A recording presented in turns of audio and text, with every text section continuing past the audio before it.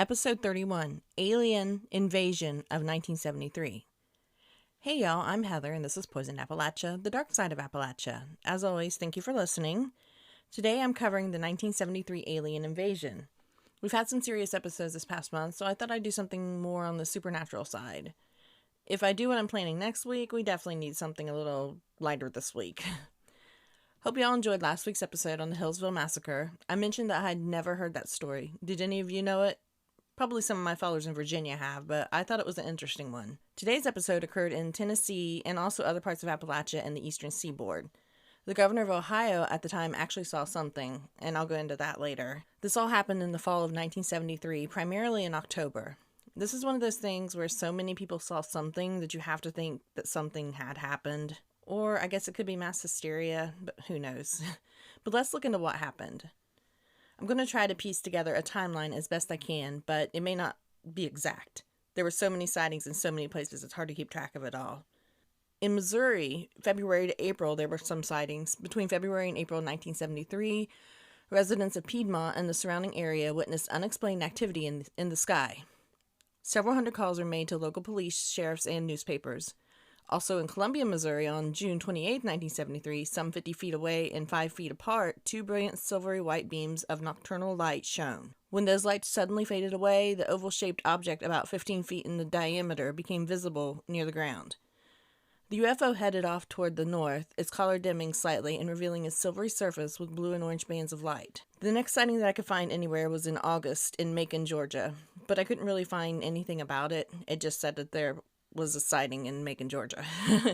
Now it's almost autumn. One of the first sightings was in Nashville in September of 1973. The Tennessean reported a sighting by a South Nashville homemaker and her 3 children, who described a distant light that changed colors, then a red triangular object with 3 white lights moving rapidly across the sky.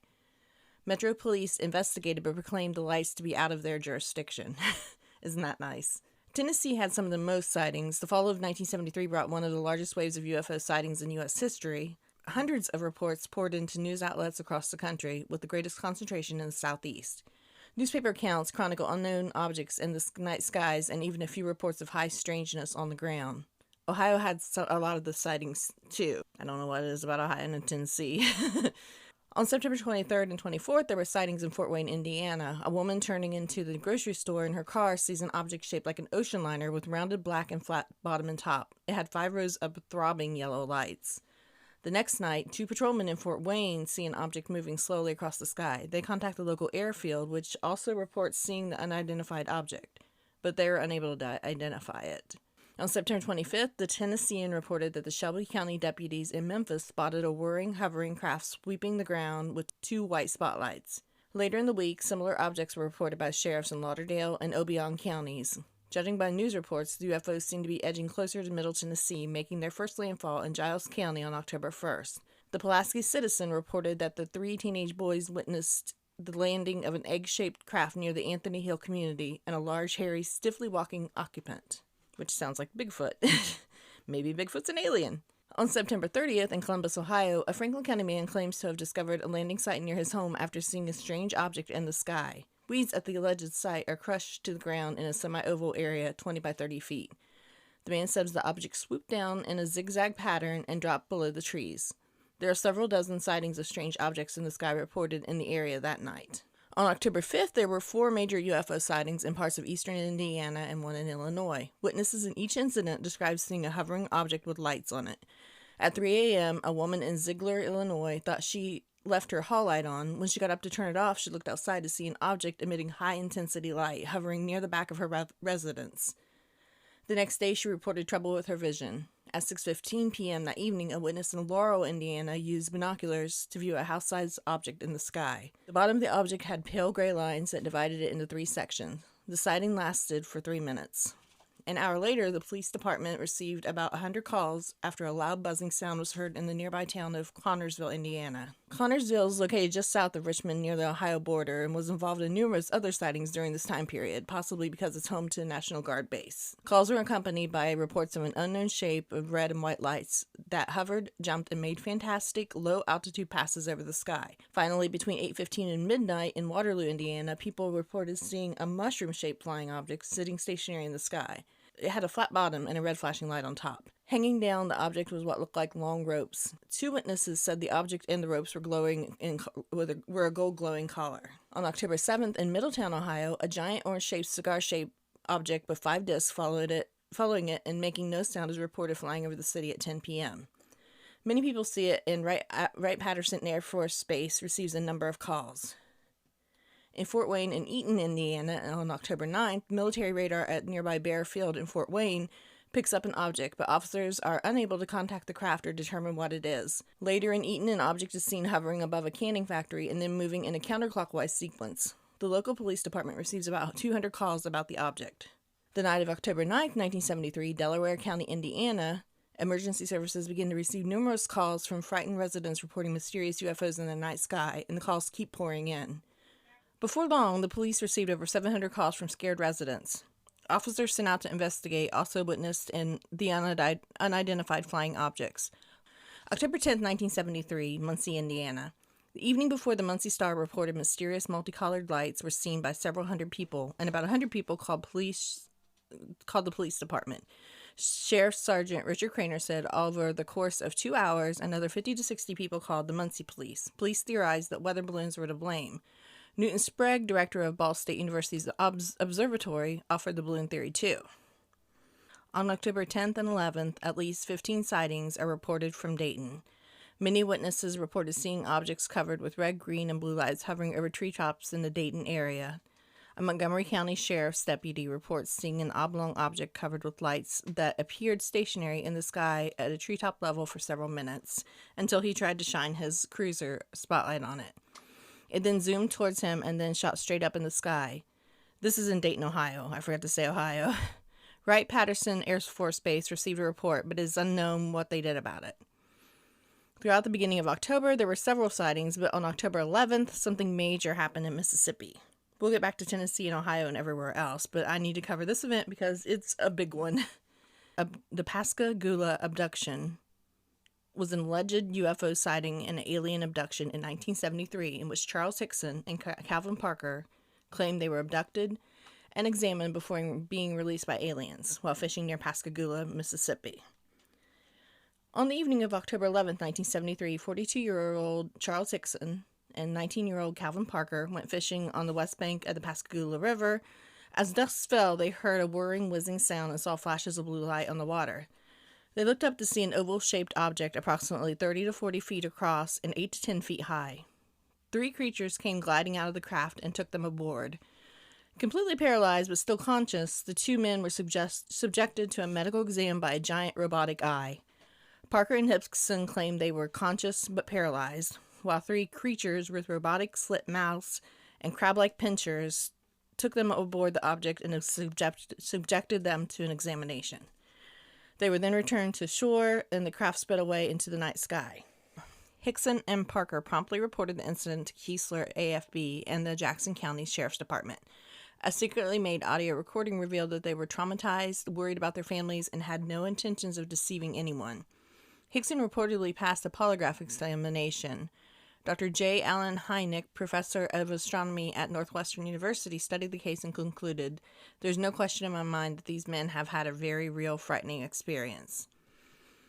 Aviation journalist and UFO skeptic Philip J. Klass found discrepancies in Hickson's story and concluded that the case was a hoax. Skeptical investigator Joe Nickel wrote that the Hickson's behavior was questionable and that Hickson later altered or embellished his claims. Nichols speculated that Hickson may have fantasized the alien encounter during a hypnagogic walking dream state and suggested that Parker's corroboration of the tale was likely due to suggestibility, because he initially told police he had passed out at the beginning of the incident and failed to regain consciousness until it was over, a claim supported by Hickson during his To Tell the Truth appearance. So I think as a standalone event, there's a lot of reasons to be skeptical of it. But when you consider how many sightings were seen that autumn and that week, it makes you kind of wonder. In Troy, Ohio, on October 11th, there was a sighting, according to the article in the Columbus Dispatch from October 12, 1973, titled UFO Reports Precede Boom. On October 11th, Troy patrolman Early Thomas and about 100 Troy residents said they watched a hovering red, green, and white object move across the southeastern sky. About 15 minutes later, law enforcement agencies in Miami, Champaign, and Logan counties received hundreds of telephone calls after a sonic boom was heard. They received more calls when a second sonic boom was heard just after midnight. The newspapers say it was most likely comets entering the atmosphere. On Saturday, October 13, 1973, 4 or 5 Indiana National Guard helicopters were blamed for a rash of UFO reports over Muncie and Delaware County. The choppers prompted 40 calls to the police. The next day, in Dayton, Ohio, a woman told police that an oblong object with blinking lights killed 2 cows when it landed in a field. In Boston, Ohio, October 14th, a woman hysterically tells officers that an oblong object with blinking lights landed in her field. In the week that followed, reports of strange lights and unusual aircraft landings and bizarre occupants proliferated across America. On October 15th, the Pulaski Citizen reported that a Berea, Tennessee family saw lights in the woods, and a separate witness spotted a being with glowing white head crossing a nearby highway. Claw-like tracks were later discovered in the road, as well as what appeared to be landing marks in the woods. London, Chillicothe, and Greenfield, Ohio, on October 16th. A school bus driver sees an orange object hovering above some trees. It glows and completely lights up the area. It eventually moves up and away from the trees. In Chillicothe, motorists are buzzed by 3 luminous objects. About 15 minutes later, Greenfield police officers follow a huge object for about 5 miles. On October 16, 1973, the crew of the Delaware State Police helicopter chased a UFO 14 miles before losing sight of it. At the same time, the mystery object was being monitored on radar by flight controllers at Dover Air Force Base nearby. On October 17th, the Muncie Evening Press reported on a few days of Muncie UFO encounters. More UFOs reported in Muncie, read the headline. Mrs. Pierce at 226 North Davis called police 8:54 p.m. Tuesday to report that a UFO landed behind her home. Patrolman William Kirby, who was at the scene, said that lady did see something because she was terrified. A neighbor had heard clicking sounds at the same time. There are people out there that are not people, one caller said to police about an incident in the town of Wheeling, north of Muncie. It was a UFO night for Hartford City, the Muncie Evening Press reported. Blackwood County Sheriff's Deputy Ed Townsend reported a strange-looking object with arm-like extensions over a manufacturing plant. So we're up to October 17th. This is when most of the sightings occurred everywhere. Let's start with Tennessee. October 17th in eastern Tennessee and Watauga, Tennessee, in Carter County, a copper-collared UFO was spotted by several people. One woman claimed that an alien came to her house to kidnap her children.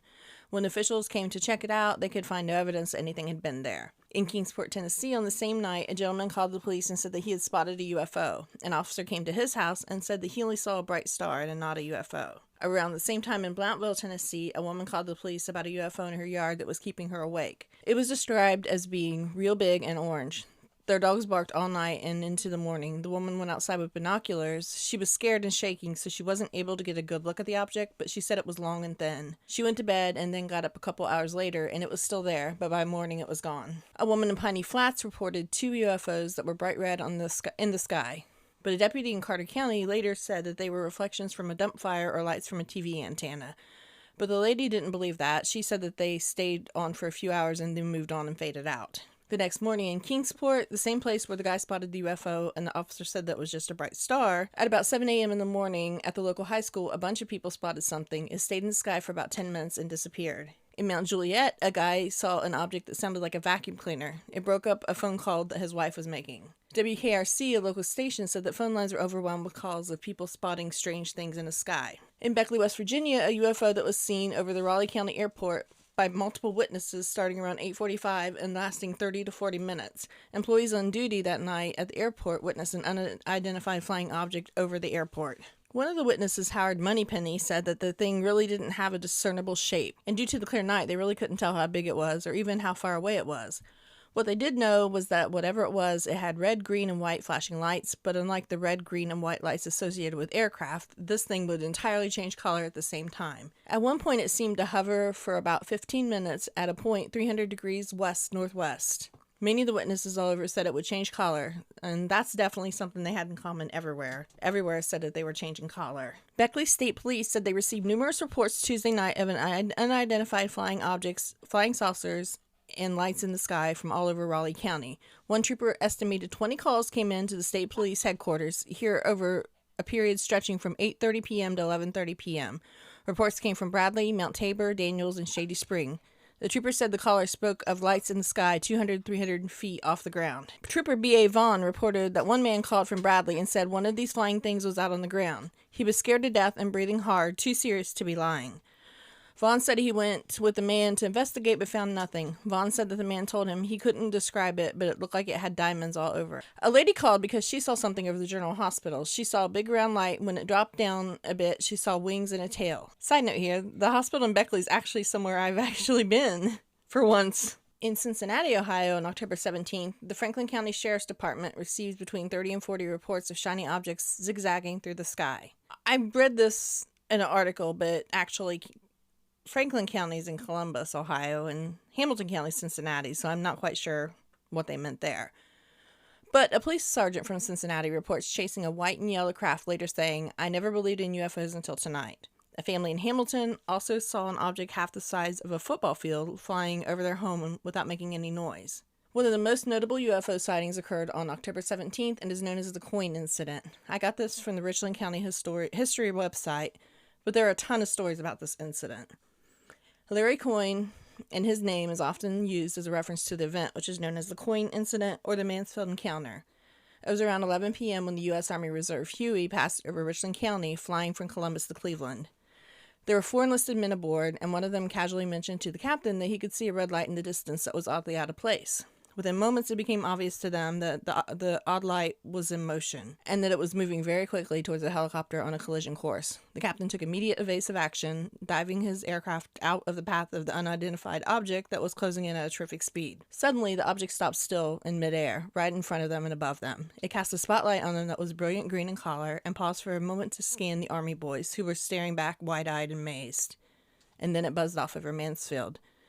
When the men in the uniform stopped freaking out, they realized that their helicopter was 2,000 feet higher in the sky than they ought to be, and that somehow during their encounter the craft had lifted far above the normal flight path, even in spite of the evasive dive that the helicopter had undertaken. They needed fuel, but rather than drop in the Mansfield Air Base for a fuel up as they had intended, they peeled out for Cleveland and arrived there with a gas gauge on empty.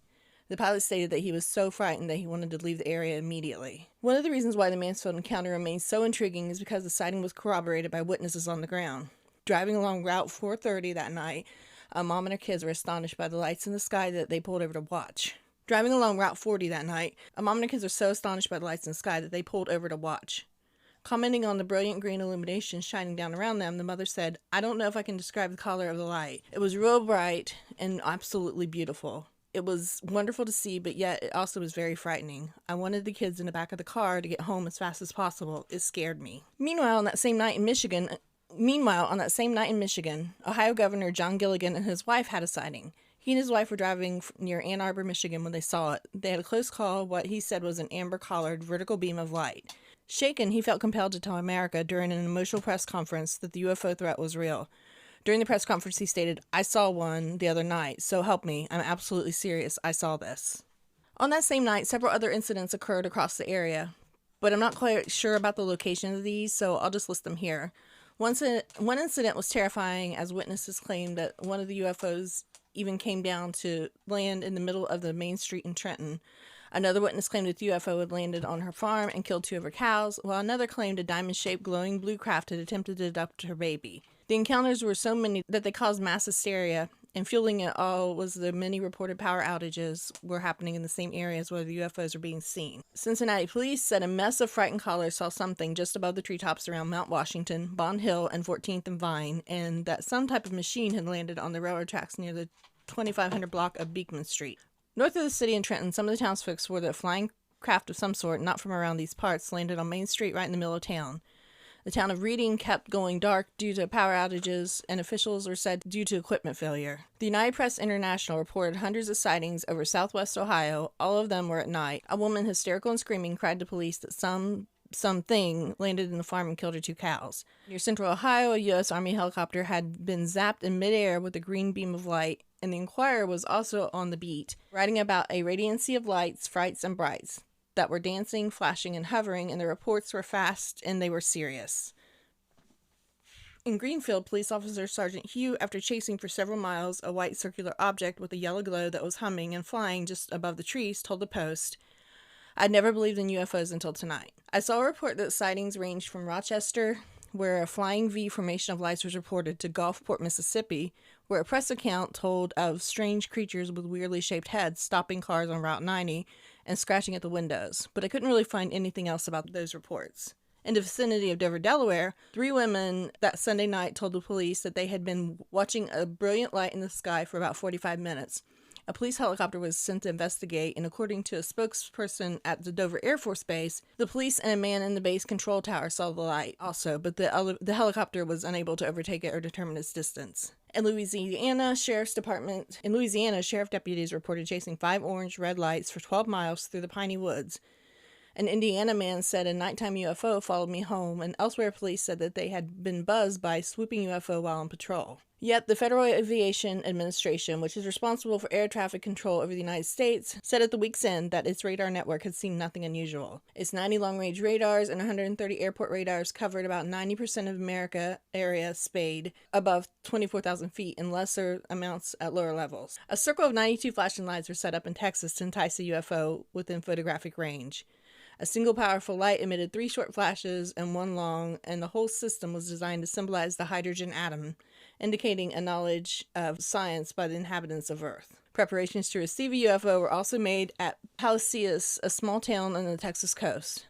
The mayor, W.C. Jackson, said, according to United Press International, "It just occurred to me that no one had ever made these fellows welcome. Hence, the town council issued a welcome proclamation." 2 Texans might claim having seen the most clearly identified UFO to date. It carried red and white flashing lights, they said, and the inscription UFO on one side. There were a few more incidents around after the 17th, but that was the night that most of it happened. The Tennessean reported several sightings from around Nashville on the evening of October 18th, including a silver cigar-shaped craft, a glowing blue mist, and a trio of hovering, glowing objects. After showing off their respective witnesses, the objects vanished with great speed. The next night, the blue mist was back, along with glowing hovers, emitting a cacophony of humming and whistling noises. In Indiana, Jay County was next. The Star reported on October 20th with strange lights near Portland. Another sighting near Dunkirk turned out to be farming equipment, specifically a tractor and 2 combines. Which I can see that. They do stuff across the river here from where I live, and it always looks like spaceships in the sky, but it's actually on the ground. But the area was not new to UFO sightings, however. Dunkirk Police Chief Gerald Kirby recalled a few years earlier when a woman who was white as a sheet reported a basketball-sized unknown object. 2 state police officers confirmed the reporting. There were hundreds of reported UFO sightings in Ohio alone during the end of 1973. Tremors reminiscent of those created by sonic booms were recorded by earthquake detectors in Pennsylvania that October. Before October closed, newspapers reported, besides traditional Halloween costumes, the current UFO reports drew some outer space outfits for trick-or-treating at the Muncie Mall. UFO sightings in east central Indiana and elsewhere appeared to have dramatically dropped by the end of October. By November, the local UFO craze was over and done with, except for a bit of marketing. The unusual aerial events happening during the October 1973 time period remains one of the most fascinating of all UFO happenings. An intense and disturbing siege that no dismissive hypothesis or explanatory venture will easily rob of its strangeness, Kenny Young wrote. So the question remains, what really happened? Was it aliens or something else? Perhaps the most sobering answer to the UFO wave of October 1973 is offered by none other than Wright-Patterson Air Force Base, a mythological location in UFO history to begin with, as ufologists believe that the apparent spaceship that crashed at Roswell, New Mexico in 1947 was transported to Wright-Pat and stored in Hangar 18. On October 6, 1973, the Yom Kippur War erupted when Egypt and Syria, along with 10 other Arab nations, invaded Israel. Desperate for survival, Israel threatened to launch nuclear warheads against the Arab world. Thus, seeing the apocalypse on the horizon, the White House made the decision to come to Israel's aid, ordering the USA Air Force to execute Operation Nickel Glass, beginning on October 13th. Within hours of the order, Wright-Pat was buzzing as an armada of military cargo planes stuffed with war materials were taking off for the Mediterranean Sea around the clock and would do so for the next 30 days. Could it be that all those witnesses from Southwest Ohio were seeing military ships and crafts from this world? I read on another site that said, along with pulling off Operation Nickel Glass, the military may have been running large-scale training exercises to prepare for the war, which could have involved stealth helicopters and other secret aircraft in the rural countryside. This article I was reading said, if anyone has ever seen the massive C-5 airplanes at Wright-Patterson conducting quick landing drills. It really is an otherworldly experience. The planes are huge, but as they make extreme low sweeps on the ground, they almost appear to become stationary on the horizon. It looks completely unreal. Every time the base runs these exercises, they have to notify the police media so people don't become alarmed. Also relatively well documented was evidence that two objects, possibly aircraft or meteorites, flew at supersonic speed across the northern United States. Tremors characteristic of sonic booms were recorded by earthquake detectors at Pennsylvania State University and State College, PA at 8:53 p.m. on October 11th and 1:26 p.m. on October 17th. One or both of these booms were reported by similar instruments at the State University of New York in Binghamton and at Virginia Polytechnic Institute in Blacksburg, and on the air pressure recorder in Michigan. So, this one, I'm not sure. I really just don't know. I always say I'm skeptical but have an open mind.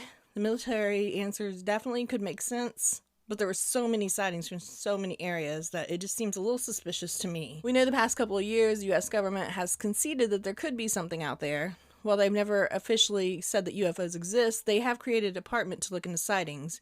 They call them UAPs, unidentified anomalous phenomena, which, why couldn't we just stick with UFOs? It's a lot easier to say unidentified flying objects. The Pentagon's review covered 757 cases from around the world that were reported to U.S. authorities from May 1st, 2023 to June 1st, 2024. This includes a total of 272 incidents that occurred before that time period but had not been previously reported. The great majority of the reported incidents occurred in airspace, but 49 in the altitudes estimated to be at least 62 miles, which is considered space. None occurred underwater. Reporting witnesses include commercial and military pilots, as well as ground-based observers. Investigators found explanations for nearly 300 of these incidents, and many of them, the unknown subjects were found to be balloons, birds, aircraft, drones, or satellites. Hundreds of other cases remain unexplained, though the report's authors stress that it is often because there's not enough information to draw firm conclusions. Of course they would say that.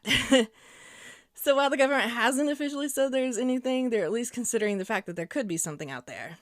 I mentioned in a previous episode about seeing something I couldn't explain, but I'm not sure if it was something exotic or just technology. But I'm open to something being out there, and stories like this time in 1973 definitely make me wonder about things. What do you think? Do you believe in UFOs, aliens, something else out there? Do you believe it all happened in 1973, or was it just explanation given by Wright-Patterson Air Force Base? Like I said, so many people saw it in so many different areas, it just makes you wonder. Well, I hope you enjoyed today's episode. A little less dark than a lot of them. As always, thank you for listening. March, I think, is going to have some darker episodes, but we'll have to wait and see because I always change my schedule. Follow me on social media under Poison Appalachia. I'm on Facebook, Threads, Instagram, YouTube, TikTok, and Lemonade. I have a website, poisonappalachia.com, and you can always email me at poisonappalachia@gmail.com. Thanks. Have a great week, y'all.